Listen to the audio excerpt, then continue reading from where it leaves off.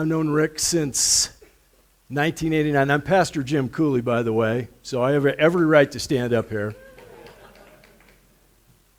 I've known Rick since 1989 when my wife and I first came to this house, and I noticed something immediately. The man liked the back of the church. He hung out in the back so he could keep an eye on me and everyone else. That's what he was about.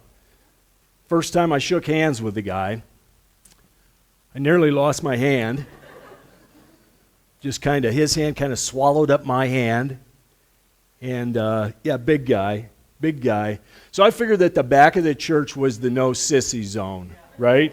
That's what that deal was about. And so it actually made me feel comfortable to have a guy like Rick Mapes in the church, because you need to understand that I didn't grow up in a church like this. I grew up in a little country church in Ohio, and it was filled with women. It was like an estrogen sanctuary or something, I'm not sure. It was, seriously, all women except for my brother and me. That was it. And everyone else, I guess they felt like, their hormones were safe there. I don't know. But so when I meet Rick Mapes, it was like, oh, wow, there's actually like big, strong dudes in the church and stuff.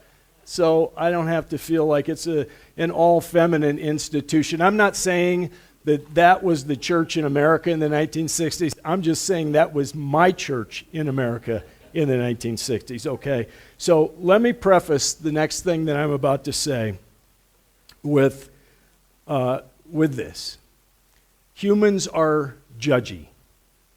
Is that right? Is that fair? Humans are a little judgy. Yeah. So you've noticed that too. So I myself had a pretty serious accident several months ago. A lot of things broken. And, people, we're more comfortable. I guess we feel like we have more power. We can control things if we can connect the dots on stuff. So people want to know, why did Jim get in an accident? Why did Rick Mapes get sick? Right? And so someone asked me, they said, what do you think God's saying to you through this tragedy that happened to your body? I said, I don't know. And then I turned to my wife and I said, what do you think, honey?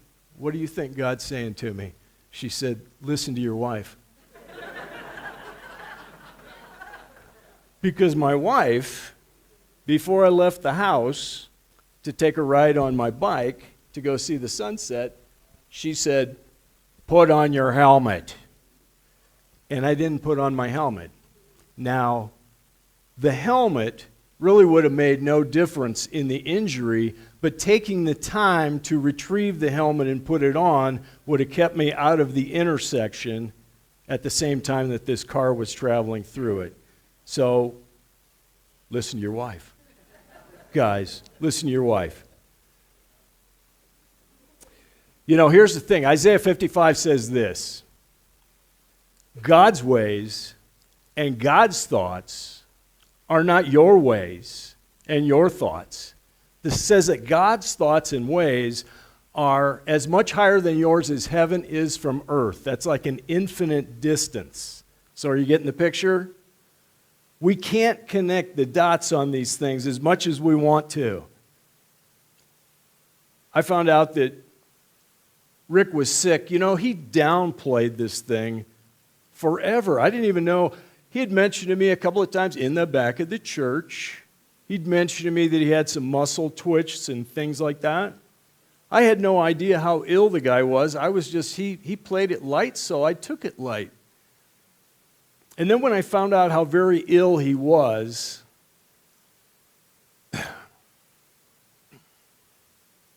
I was reading the next morning in my Bible reading plan, and I just happened to hit Luke 13, and I scratched some things on the paper, and I wrote Mapes at the top of it. I was going to share it with him, but I never did. But this is where Jesus is talking and he says, you know, there were some Jews from Galilee that went to Jerusalem to make some sacrifices, and Pontius Pilate had them killed. Jesus says to his disciples and anyone who will listen, do you think that they are worse people than you? Do you think they're like the terrible sinners? He tells about another account where these workers that were putting up a tower fell on them in Siloam and killed 18 people. He says, so these are really horrific sinners here. That's why they died, right? No, that's not it. He says your level of suffering doesn't have anything to do with whether or not you're walking in righteousness or in sin, okay? In fact, just so we know, just so we're clear, God doesn't punish his kids. He disciplines us. He doesn't punish his kids. Rick wasn't punished.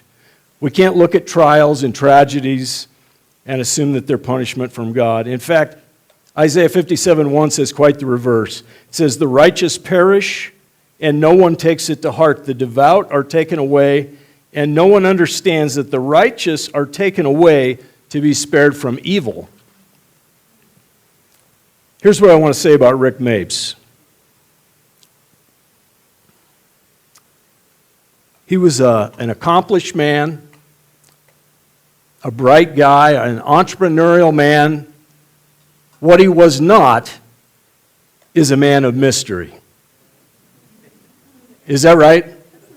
He wasn't, as Winston Churchill put it, a riddle wrapped in a mystery inside an enigma. You knew what the guy was thinking, and you knew where you stood with him always. He had 3 ways that he addressed me. Cooley. Those are the days when I'm not his favorite person. Cooley. And then there was Jim. Jim, that's when he's tolerating me. And then Mr. Cooley. I was golden on those days. I lived for those Mr. Cooley days. I want to make something else clear. A few weeks ago, right after Rick passed, Pastor Alex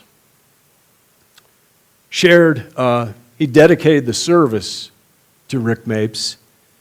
And he shared that Rick called him at one point after one of his sermons, his message, and told him it was the best sermon he'd ever heard. Yeah, he maybe did that for me 3 times. So let's not get all big-headed about this, Pastor Alex. Yeah.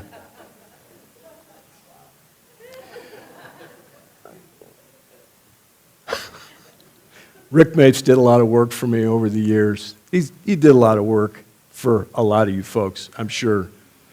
It's like I had this, I'm putting in this fence. Well, actually, Bill Gigg's putting in this fence in my backyard, and I'm helping him put the fence in because I'm not Mr. Home Improvement. But anyway, there's a big stump in the way.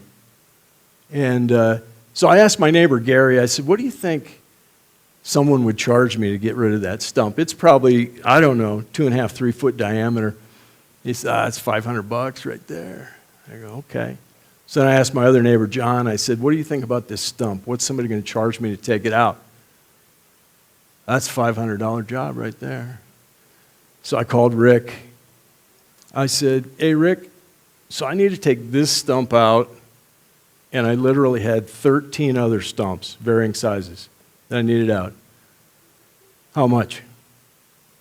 $300. He undercharged me all the time. He undercharged me all the time. Well, one time he did not. Yeah. I got a cord of wood from him like years ago. I got a cord of wood from him in the fall, and then I ran out midwinter.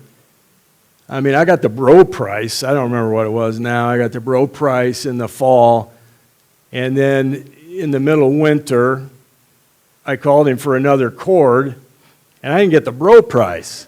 I said, dude, what happened to the bro price? He said, if you're going to make me dig the stuff out of the snow, you're going to pay for it, Cooley. It was Cooley. I was Cooley that day.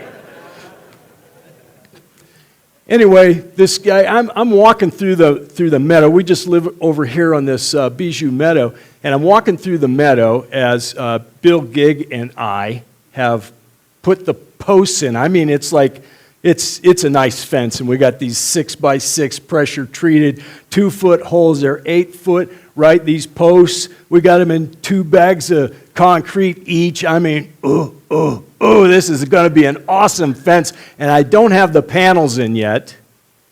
And so I thought, wow, I got a wonky tree over there.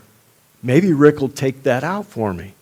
And so I called him over. He came, he looked at it, and I mean, you can see, I mean, I got all these trees that are like this, and then there's this one that's like this.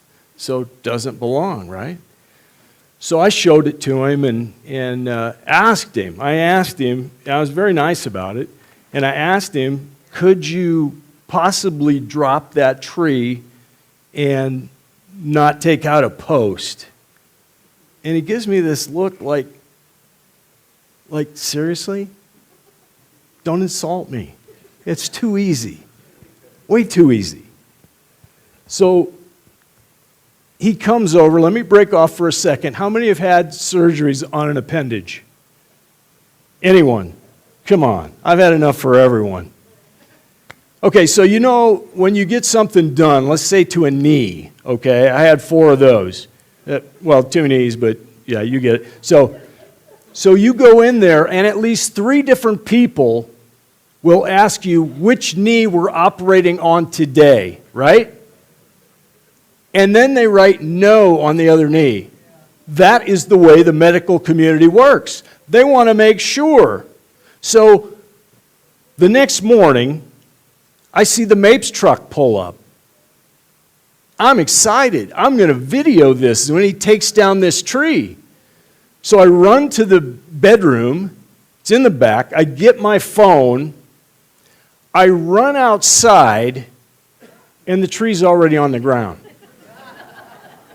It's like 15 seconds. He didn't hit a post either. But it's like, don't you want to check again and make sure he didn't write no on the other trees? Nothing like that. I mean, you got the right tree, but come on, dude. Give me a second. I want to immortalize this thing. Didn't happen. So Michelle, after the tree is dropped, Michelle decides she wants to make the stump a place to put a potted plant. And that's great. And so he lops it off, and it's perfect. I mean, it's perfect. And then she says, could you make it a little lower? It's like, honey, let's not mess with this, okay? I mean, the thing is perfect. It's like, she says, he goes, yeah, sure, right. You know, buzzes that thing off. Hand to God, I put a level on it. It was perfect on the bubble. Just, I don't know. I can't do it. Can you do that? I can't do that. Rick Mapes could do that. All right. Well, enough of me for now.